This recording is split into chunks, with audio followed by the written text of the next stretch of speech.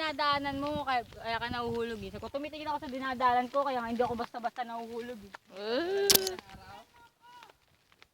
Ay, lobat na pala, lobat na. Kaway kaga. 1, 2, 3. Ay, selfie pala to. Ah. 1, 2, 3.